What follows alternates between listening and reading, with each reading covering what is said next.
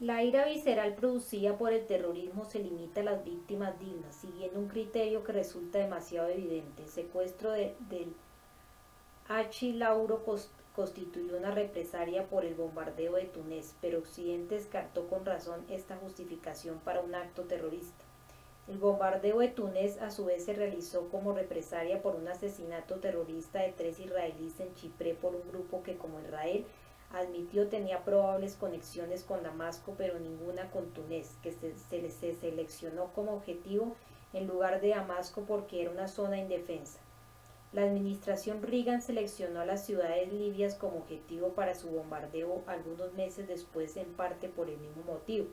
El bombardeo de Túnez, con sus muchas bajas civiles, fue descrito por el secretario Schultz como una reacción legítima ante ataques terroristas.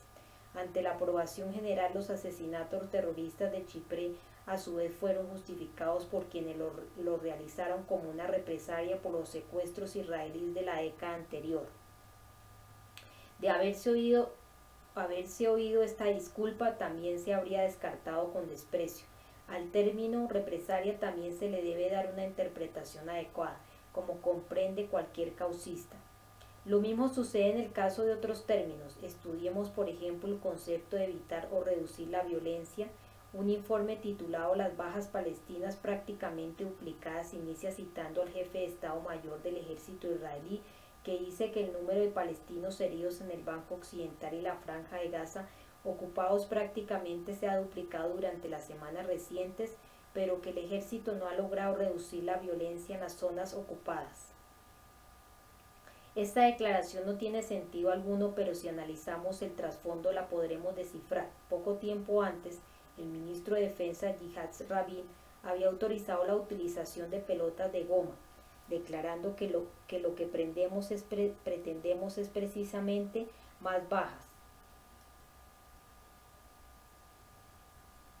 Nuestro objetivo consiste en aumentar el número de heridos entre quienes toman parte en actividades violentas. También explicó el concepto de actividades violentas. Queremos eliminar la ilusión de algunos habitantes de poblaciones alejadas en el sentido de que se han liberado, dijo, explicando que las redadas del ejército les dejan claro dónde viven y dentro de qué marco.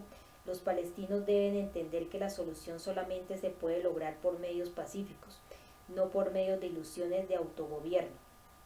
El ejército, por tanto, aumenta el número de redadas en poblaciones alejadas que se han declarado zonas liberadas. Con el resultante aumento de lesiones, continúa el informe. En un ejemplo típico, las tropas israelíes efectuaron redadas en más de una docena de poblaciones del Banco Occidental e hirieron a 22 palestinos ayer. Una portavoz del ejército explicó que se había convocado una huelga y el ejército deseaba evitar la violencia por medio de una mayor presencia y un mayor número de arrestos. Podemos ahora volver a la reacción original codificada. El número de palestinos heridos en el Banco Occidental y la Franja de Gaza ocupados prácticamente se ha duplicado durante las semanas recientes, pero el ejército no ha logrado reducir la violencia en las zonas ocupadas. Si traducimos estas palabras a un lenguaje inteligible, resulta que el ejército ha duplicado su violencia en los territorios ocupados por medio de acciones agresivas con la intención específica de aumentar las bajas y extendiendo sus ataques violentos a poblaciones alejadas y pacíficas que intentaban administrar sus propios asuntos.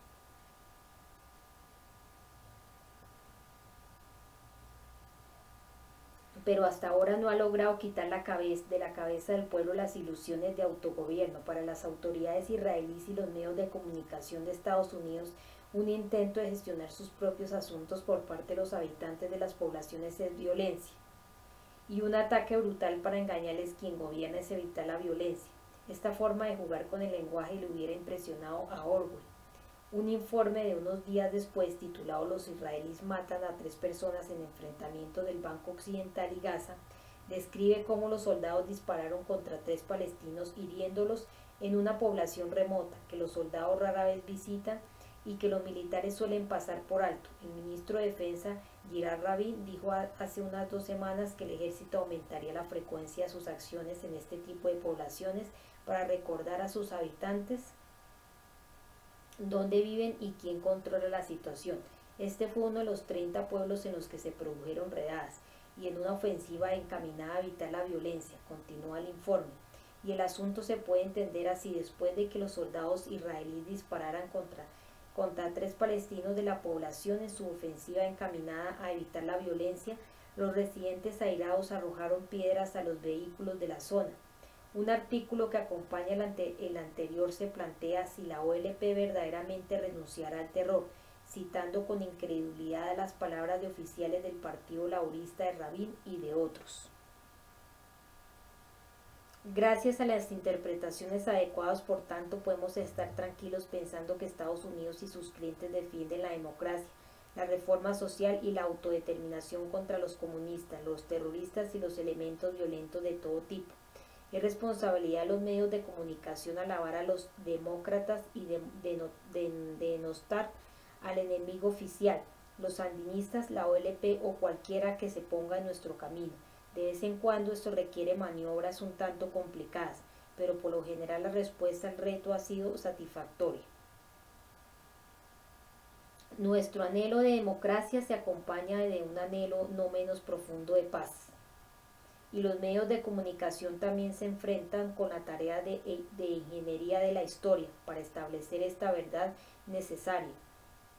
De este modo somos testigos de fenómenos denominados misiones de paz y el proceso de paz, términos que se aplican a lo que Estados Unidos esté haciendo o propugnando en un momento dado. En los medios de comunicación o en la literatura erudita responsable, por tanto, uno no encontrará ninguna declaración del tipo Estados Unidos se opone al proceso de paz o se debe instar a Washington a que se una al proceso de paz. Esto se debe a que estas declaraciones constituirán algunas descontradicciones lógicas. A lo largo de los años, cuando Estados Unidos estaba obstruyendo el proceso de contadora, socavando los acuerdos de paz de América Central y desviando la amenaza de paz en Oriente Medio, nunca se opuso al proceso de paz en los comentarios aceptables, sino que siempre apoyó el proceso de paz e intentó fomentarlo. Se podría imaginar que incluso una gran potencia que es sublime hasta más allá de lo imaginable puede a veces obstaculizar el camino de algún proceso de paz, quizá debido a malentendidos o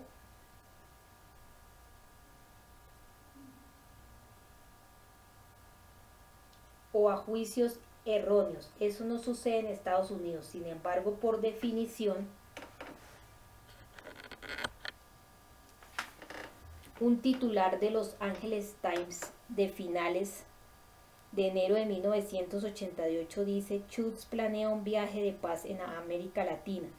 Los subtítulos describen el contenido del viaje de paz. La misión constituiría un esfuerzo de última hora para desactivar a la oposición en relación con la ayuda a los contra. El artículo cita a algunos funcionarios de la administración que describen a la misión de paz como el único medio para salvar la ayuda a los contra frente a la creciente oposición del Congreso.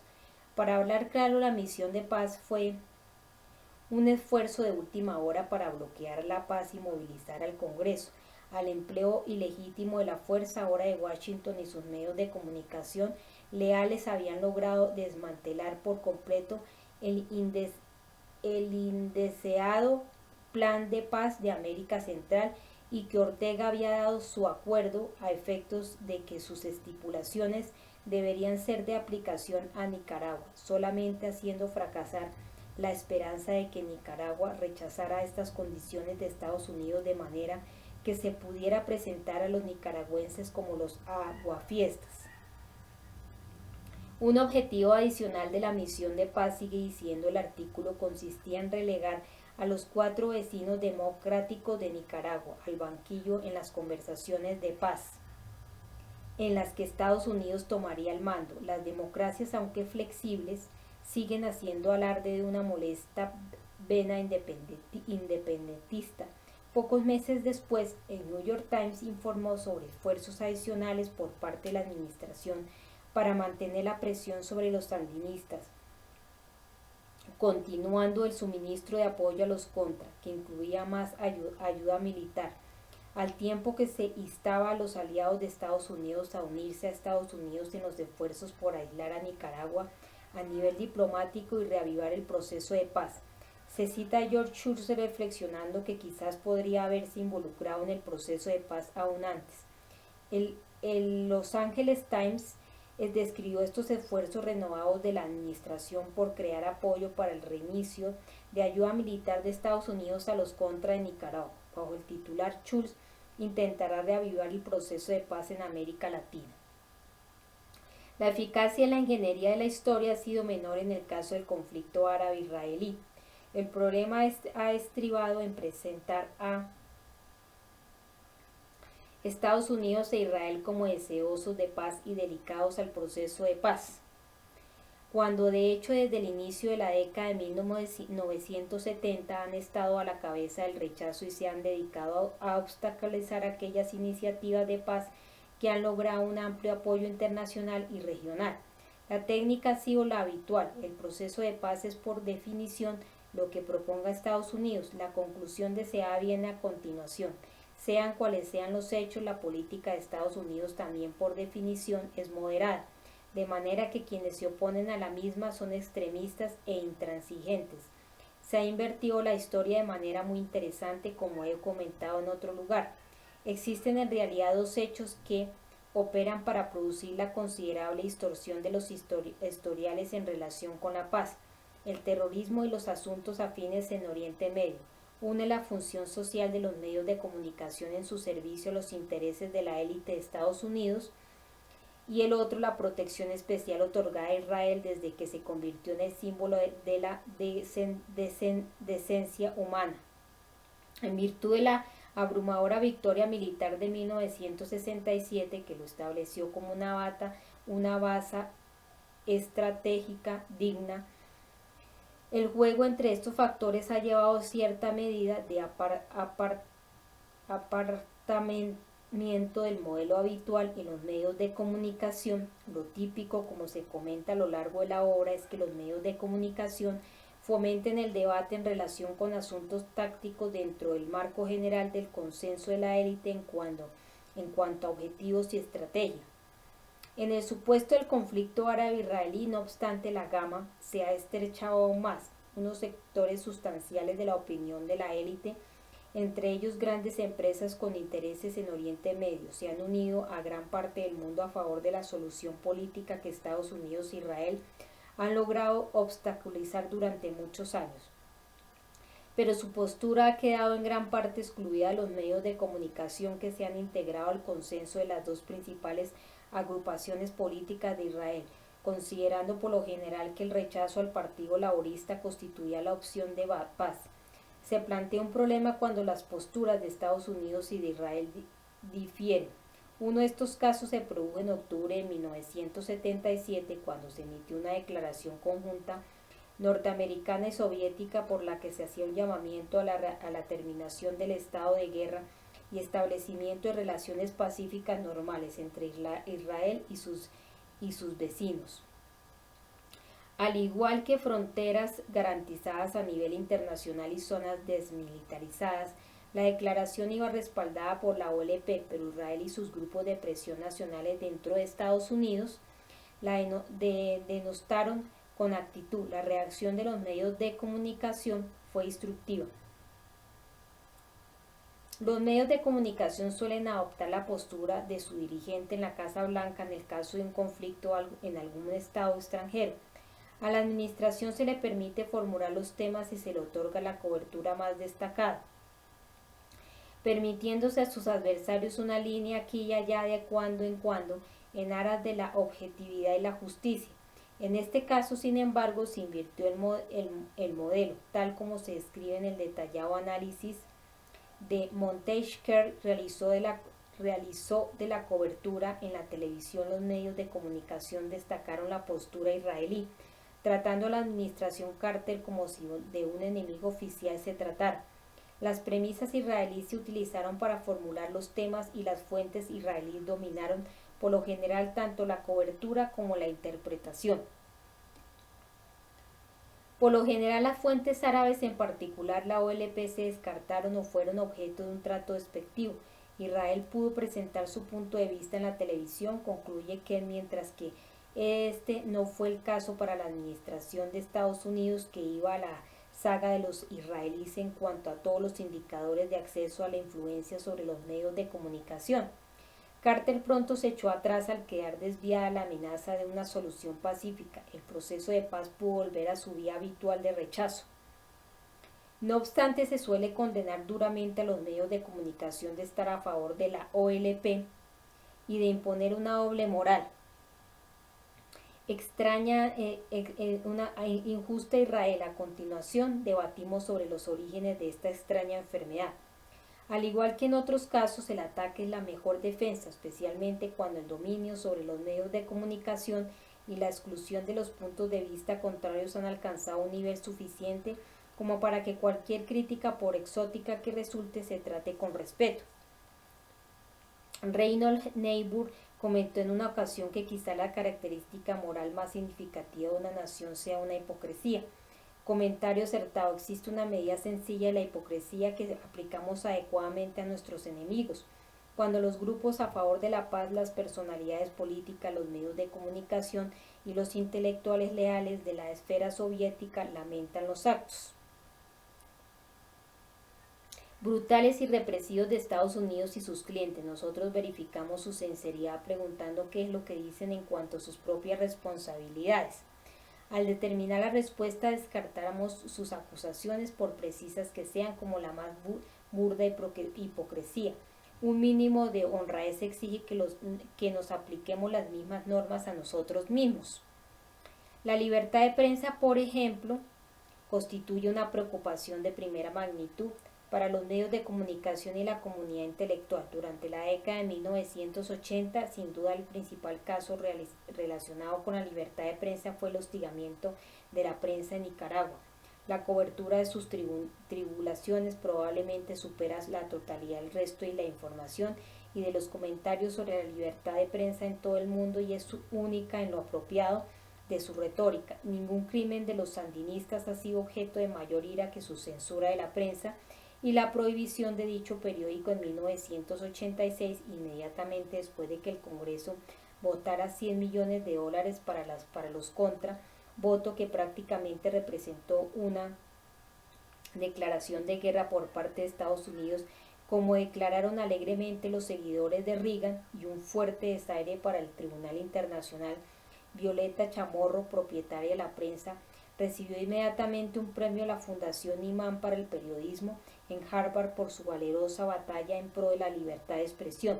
En el New York Review of Books, Murray Kempton hizo un llamamiento a todos los que están comprometidos con la libertad de expresión, a efectos de que suministrarán ayuda económica para la valiente lucha de los propietarios y redactores por mantener su personal y sus equipos. Estos regalos supondrían un suplemento para la subvención del gobierno de Estados Unidos, que se iniciaron poco tiempo después de la victoria sandinista, cuando el presidente Carter autorizó el apoyo por parte de la CIA a la prensa y a la posición antisandinista bajo el titular El Valor de un periódico. El Washington Post elogió a Violeta Chamorro, comentando que ella y su periódico merecen 10 premios. Los comentarios en otros medios de comunicación han sido abundantes y no menos efusivos, al tiempo que se han producido duras condenas contra los sandinistas por hostigar o silenciar a esta tribunal del pueblo. Preguntamos ahora si estos sentimientos reflejan valores libertarios o el servicio al poder, aplicando la norma estándar de la sinceridad, como por ejemplo reaccionaron las mismas personas e instituciones cuando las fuerzas de seguridad del gobierno de Duarte, al que apoyamos, eliminaron los medios de comunicación independientes de El Salvador, Estado cliente de Estados Unidos, no por medio de la censura y la suspensión intermitente, sino el asesinato, la mutilación y la destrucción física. Ya hemos visto la respuesta, se produjo el silencio. El New York Times no tuvo nada que decir sobre estas atrocidades, ni en sus columnas de noticias, ni en sus editoriales, ni entonces ni después, y otros que manifiestan su indignación en relación con el trato de parado a la prensa, tampoco han reaccionado de manera diferente. El extremo desprecio por la libertad de prensa sigue en vigor incluso al mismo tiempo que nos congratulamos por nuestros logros a la hora de llevar la democracia a El Salvador. Concluimos que entre los intelectuales que manifiestan su opinión, los que creen en la libertad de prensa cabrían fácilmente en el salón de cualquier casa, y entre ellos habría pocos que proclamaran valores libertarios al tiempo que acometían contra el enemigo del Estado. Para someter esta conclusión a una prueba adicional podemos estudiar el caso de Guatemala. En Guatemala no fue necesaria ninguna censura mientras Estados Unidos apoyaba el terror durante su momento culminante. Bastó el asesinato de varias docenas de periodistas. Esto recibió poca atención en Estados Unidos, con la renovación democrática que proclamamos con orgullo. Se produjeron algunos esfuerzos indecisos por explorar el espacio político que quizás se había abierto. En febrero de 1988, dos periodistas que habían regresado del exilio inauguraron el seminario de centro izquierda, La Época, probando a la democracia guatemalteca. El ejército secreto anticomunista ESA había advertido por medio de un comunicado a los periodistas que regresaban: nos aseguraremos de que dejen el país o mueran dentro de él. En Estados Unidos esto no fue objeto de atención alguna. En abril se produjo una gran indignación cuando la prensa no pudo aparecer debido a la escasez de papel de periódico. Para el Washington Post, esto representaba otra lección significativa de poder arbitrario. Al negar a la prensa papel periódico, se alzaron gritos renovados de ira cuando se cerró la prensa durante 2 semanas en julio, tras lo que el gobierno declaró habiendo sido unas versiones falsas e inflamatorias de la violencia que se produjo durante algunas manifestaciones. Mientras tanto, el 10 de junio, 15 hombres fuertemente armados penetraron por la fuerza en las oficinas de La Época, robaron equipos valiosos y lanzaron bombas incendiarias en las oficinas, destruyéndolas. También secuestraron al vigilante nocturno, liberándolo más tarde bajo amenaza de muerte. Se hablaba sobre el ataque. El testimonio de testigos presenciales y otras fuentes dejó pocas dudas en cuanto al hecho de que este ataque había sido una operación de las fuerzas de seguridad. El director celebró una conferencia de prensa el 14 de junio para anunciar que la publicación se cerraría definitivamente, ya que no existen en el país condiciones que garanticen el ejercicio de un periodismo libre e independiente. Tras distribuirse una circular en la que se amenaza a los periodistas traidores, entre los cuales se incluía a los comunistas y quienes han regresado del exilio, advirtiéndoles que abandonaran el país o se hallarían muertos dentro de él, regresó al exilio acompañándolo al aeropuerto un diplomático occidental. Otro periodista también se marchó. La destrucción de La Época señaló no solo el fin de la voz de un medio independiente en Guatemala, sino que también sirvió como advertencia de que ni el gobierno ni las fuerzas de seguridad tolerarían en el futuro la independencia de la prensa, comentó America's Watch. Estos acontecimientos no suscitaron respuesta pública alguna por parte de los guardianes de la libertad de expresión. Ni el New York Times ni el Washington Post informaron sobre los hechos, aunque sin duda no fue por ignorancia. Sucede sencillamente que la destrucción violenta de los medios independientes no es importante cuando se produce en una democracia incipiente. Apoyada por Estados Unidos, se produjo no obstante una reacción en el Congreso, según informó la NACLA. En Washington, la reacción de los senadores demócratas liberales fue añadir $4 millones a la solicitud de ayuda militar de la administración. Estos antiguos adictos a la libertad de prensa, con el senador Inouye a la cabeza, han ofrecido a los peces gordos del ejército $9 millones más unos $137 millones en ayuda económica, que incluye $80 millones en efectivo, gran parte de los cuales también terminan en las arcas del ejército, mientras que Brian Barr, director de La Época, ha vuelto a México y la prensa de Guatemala está una vez más limitada al descubrimiento de escándalos por parte de la derecha y a la propaganda del ejército. Los vigilantes guardianes de la libertad de prensa observaban en silencio. Unas semanas después, las fuerzas de seguridad israelíes efectuaron una redada en las oficinas de uno de los principales diarios de Jerusalén, Al-Far, arrestando a su director Hatem Abdel-Kader y y encarcelándolo durante 6 meses sin juicio alguno, basándose en motivos de seguridad no especificados. No se produjeron denuncias clamorosas en los editoriales ni llamamientos a la retribución de hechos, ni el New York Times ni el Washington Post informaron sobre estos asuntos triviales, a diferencia de Violeta Chamorro, a quien nada por el estilo le ha sucedido. Abdelkader no merece 10 premios, ni siquiera una línea. Una vez más los hechos están claros, la supuesta preocupación por la libertad de prensa en Nicaragua es un mero fraude. Quizá podría argumentarse que la censura de la prensa es más importante que el asesinato de un director por parte de fuerzas de seguridad que cuentan con el apoyo de Estados Unidos y la destrucción de oficinas por parte del ejército o sus escuadrones terroristas.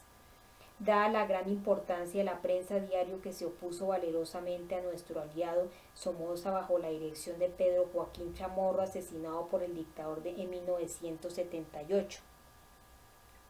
En el mejor de los casos, esa sería una razón insuficiente. La libertad de prensa significa poco si solamente sirve a las instituciones poderosas, pero existen defectos aún mayores. Uno de ellos es que la prensa desde después de 1980 prácticamente no tiene nada que ver con el periódico que se oponía a Somora.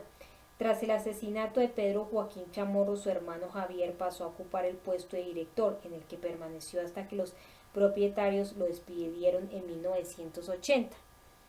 El 80% del personal se marchó con él y juntos fundaron el nuevo diario, que es el sucesor del antiguo La Prensa.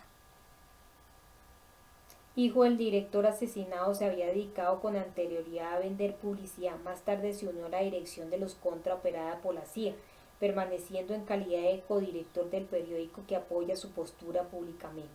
Estos hechos no se pueden hallar en los homenajes que los medios de comunicación rinden a la valiente traición de la prensa, o no se mencionan durante el transcurso de los lamentos en cuanto al destino de este periódico de valor, o reciben un trato al estilo de Stephen Kinzer, que escribe que el nuevo diario fue fundado por un grupo secesionista de empleados de la prensa con simpatías por la causa sandinista, grupo secesionista que incluía el 80% del personal y el director, que se oponían a la nueva línea del diario apoyado por la CIA. El alcance de la hipocresía se hacía aún más evidente cuando estudiamos más cerca al periódico del valor. El diario ha apoyado abiertamente el ataque contra Nicaragua. En abril de 1986, a medida que aumentaba la campaña para el suministro de ayuda militar a los Contra, uno de los propietarios, Jaime Chamorro, escribió un editorial de opinión en el Washington Post haciendo un llamamiento a la ayuda a aquellos nicaragüenses que luchan por la democracia. La referencia habitual a las fuerzas por procuración de Estados Unidos. Durante las semanas que procedieron a las votaciones de verano en el Congreso, una multitud de artículos por 5 miembros distintos de la redacción de la prensa denunciaron a los sandinistas en los principales periódicos de Estados Unidos. Observa John Space Nichol, entre ellos una serie de editoriales de opinión firmados por redactores de la prensa en el Washington Post, que viajaron a Estados Unidos bajo los auspicios de las organizaciones de fachada de la red de financiación de los Contra de North. Bajo su nuevo régimen, la prensa escasamente ha pretendido ser un periódico, más bien es un diario propagandístico dedicado a socavar al gobierno y apoyar el ataque contra Nicaragua por parte de una potencia extranjera. Desde su reapertura en octubre de 1987, los compromisos son muy abiertos y transparentes. Que yo sepa, no existe precedente alguno para la supervivencia y publicación continuada de este tipo de diario durante un periodo de crisis en ninguna democracia occidental, sin duda no en Estados Unidos. Los defensores de los valores literarios, no obstante, deberían insistir en que Nicaragua rompa con el precedente en este sentido, a pesar de la dificultad de su situación, y lamentan su incapacidad para hacerlo. Como ya se ha dicho, sin embargo, estos defensores no son fáciles de descubrir, según lo demuestra la prueba más elemental de sinceridad.